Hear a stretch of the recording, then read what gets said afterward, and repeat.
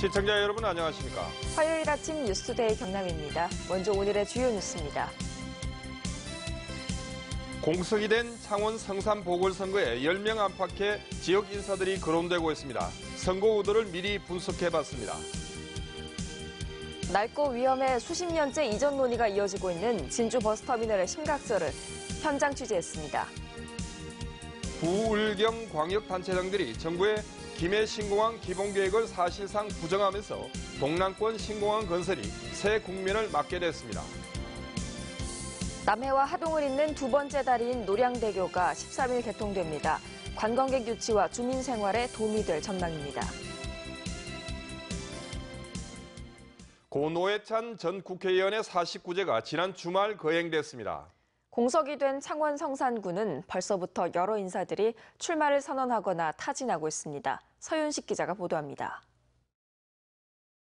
내년 4월 보궐총선을 앞두고 민주당에선 권민호 창원 성산 지역위원회 위원장이 출마를 준비하고 있습니다. 거제 시장을 지낸 권 위원장은 경남지사에 도전하려다 김경수 후보를 지지했습니다. 문성현 경제사회발전 노사정위원장도 거론되지만 아직 입장 표명은 없습니다. 한국당에선 강기훈 전 국회의원과 김규환 의원이 물망에 오르고 있습니다. 창원 성산 지역위원장인 강 전 의원은 지난 2016년 총선 때 고 노회찬 의원과 맞서다 고배를 마셨습니다. 진보 진영에선 정의당과 민중당 인사들이 나설 전망입니다.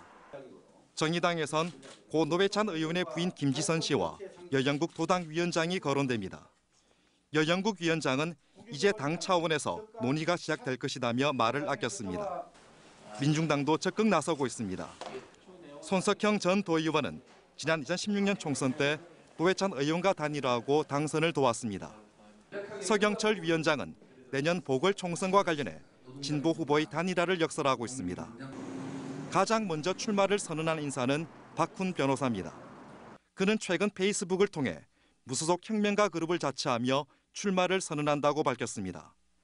이 밖에도 강기갑 전 의원도 후보군에 포함됐습니다. 이른바 진보 정치의 상징인 창원 성산은 민주당과 한국당의 지지율 추이와 진보 진영의 후보 단일화 여부가 선거 구도의 변수가 될 전망입니다. MBC 뉴스 서윤식입니다. 진주 시외버스 터미널에서 석 달 새 두 건의 사망 사고가 났다는 소식 전해드렸었는데요. 낡고 위험해서 이전 논의가 수십 년째 이어지는 진주 버스 터미널 문제를 오늘과 내일 집중 보도합니다. 첫 순서로 얼마나 낡고 불편하고 위험한지 그 심각성을 윤주아 기자가 취재했습니다. 진주 도심 한복판에 자리한 시외버스 터미널. 서울과 부산 등 전국 40여 개 노선을 운행하며 진주의 관문 역할을 합니다. 70년대나 보던 낡은 건물에 대합실은 좁고 의자도 몇 개 없는 데다 특히 화장실과 편의시설은 허름하기 그지없습니다. 진주를 찾은 외지인들에게 첫 인상부터 불쾌한 이미지를 주는 겁니다. 화장실도 좀 너무 냄새나고 지저분하고 요즘하고는 좀 틀리는 것 같아요. 요즘 다 깨끗하고 한데 너무 오래됐고 정말 옛날 건물 그대로인 것 같아요. 더 큰 문제는 하차장.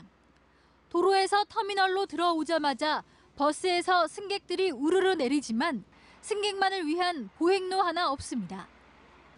뒤따라 들어오는 버스를 아슬아슬하게 피해가는 승객들이 허다하고 직접 짐칸을 열어 짐을 꺼내는 승객 옆으로 또 다른 버스가 아찔하게 들어오기도 합니다. 하차장들 내려놓으면 아무 장애물이 없어야 근데 그 차가 팍팍 들어서 빨리빨리 나가야 하지 상당히 어려움이 많아요. 그래서 상당히 남한 사람은 걷기가 불편해요. 터미널을 이용하는 시민들은 주로 이 두 곳 횡단보도를 건너서 이곳 연문을 통해 들어갑니다. 그런데 버스 하차장과 바로 붙어 있다 보니 늘 사고 위험에 노출돼 있습니다. 2중, 3중으로 세운 버스와 내리는 승객, 표를 끊으러 가는 승객까지 마구 뒤엉키기 때문입니다. 좁은 터미널에 많은 버스를 세우려니 주차하는 버스 운전자들도 고개 운전을 하고 공회전하는 버스에서 내뿜는 매연은 도심 대기 오염의 주범입니다. 터미널 같지가 않고요. 드나드는 데도 그렇고 질서가 좀 안 잡히는 것 같아요. 안전과 미관, 편의성 모두 낙제점으로 진주시의 해묵은 과제지만 이런저런 이유로 이전은 수십 년째 제자리 걸음만 하고 있습니다. MBC 뉴스 윤주화입니다. 일부 어린이 샌들에서 유해 물질이 검출되고 표시 기준도 위반했다는 한국소비자원의 발표에 따라 경상남도가 도청 본관 1층 소비생활센터에서 상담실을 운영하기로 했습니다. 유해 물질이 검출된 제품은 제이스맘, 태극 아동화, 꽃신방, LUT 등으로 해당 사업자들은 판매 중지 및 회수 조치를 하기로 했습니다.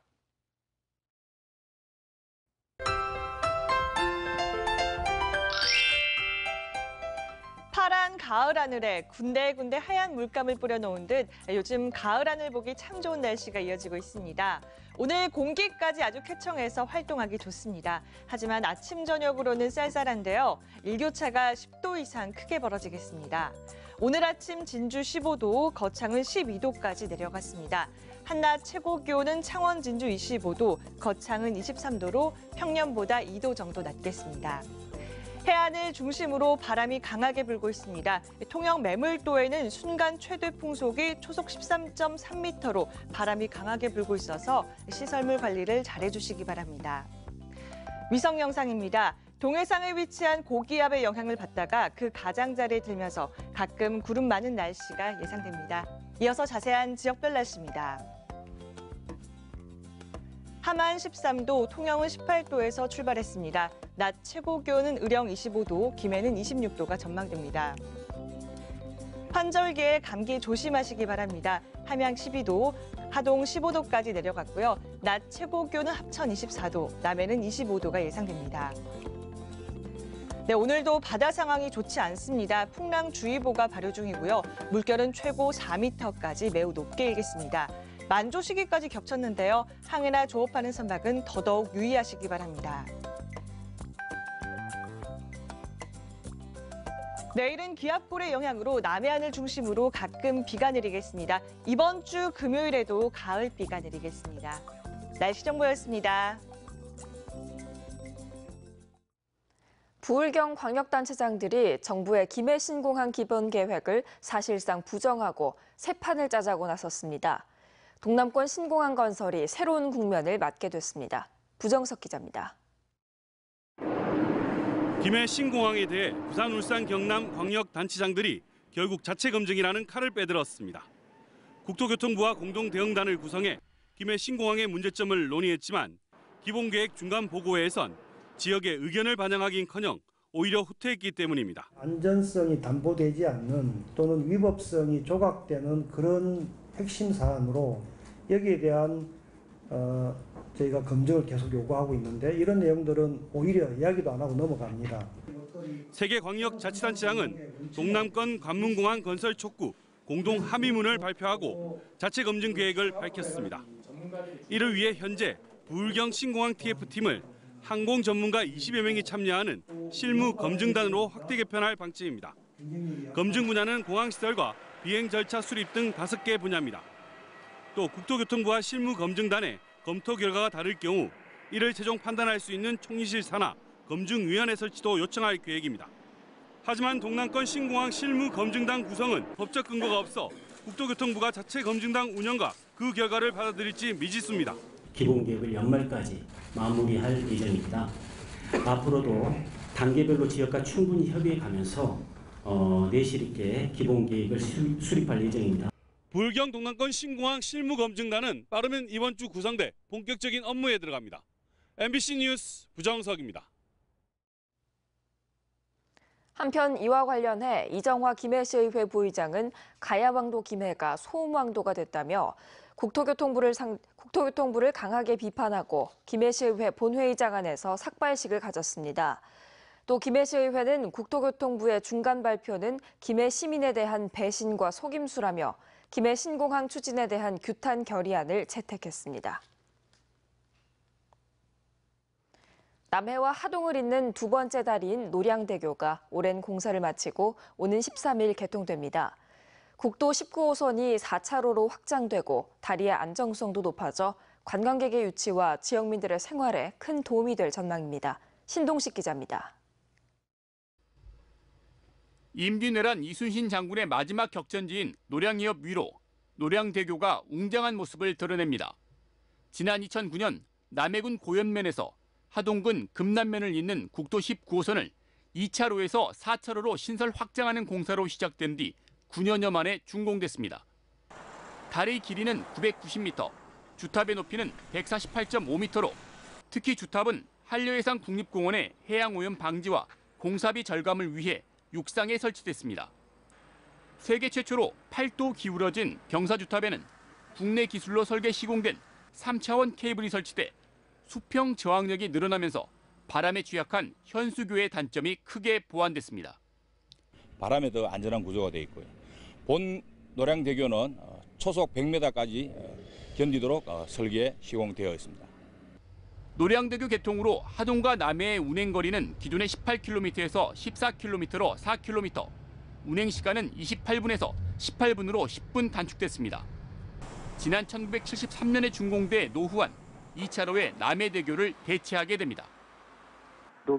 인도교로 완전 전환하는 방안하고 부분적으로 일부 기간에만 이제 한정해서 좀 통행을 제한하고 그 부분적으로 인도교로 활용하는 방안 이런 식으로 좀 안을 나눠서 노량대교와 남해대교 모두 정부가 추진하고 있는 경남 거제에서 전남 고흥까지 남해안 해안 루트의 중심에 위치해 있습니다.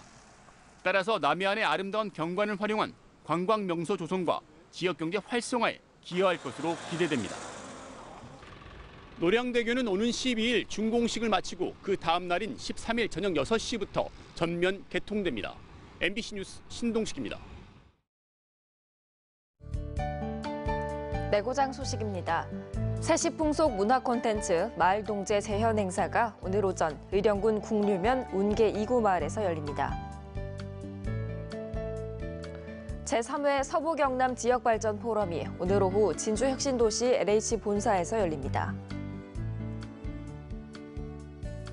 농협중앙회 창녕군 지부의 추석맞이 이웃돕기 성품 기탁식이 오늘 오전 창녕군청에서 열립니다.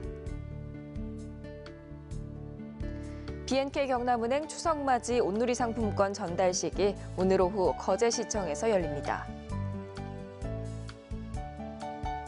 고성 하이화력발전소 건설 현장 구인 구직 만남의 날 행사가 오늘 오후 고성군 하이면 복지회관에서 열립니다.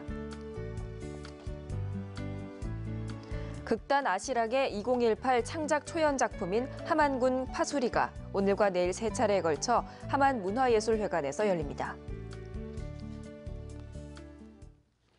어제 오후 창원시 시민생활체육관 앞에서 발생한 1m 크기의 싱크홀에 대한 복구 작업이 오늘 새벽 마무리됐습니다. 창원시는 사고 현장에 복구팀 10여 명과 장비를 투입해 노후로 파손된 오수관을 교체했다고 밝혔습니다. 복구 작업으로 차선 4개가 통제되면서 주변 도로가 극심한 정체를 빚었습니다. 학교 급식으로 나온 초코 케이크를 먹고 식중독 증상을 보이는 환자 수의 급격한 확산세는 꺾였지만 어제도 49명이 추가됐습니다. 경남교육청에 따르면 지금까지 식중독 의심 환자는 638명으로 이 가운데 210명이 완치됐고 99명이 입원 중입니다.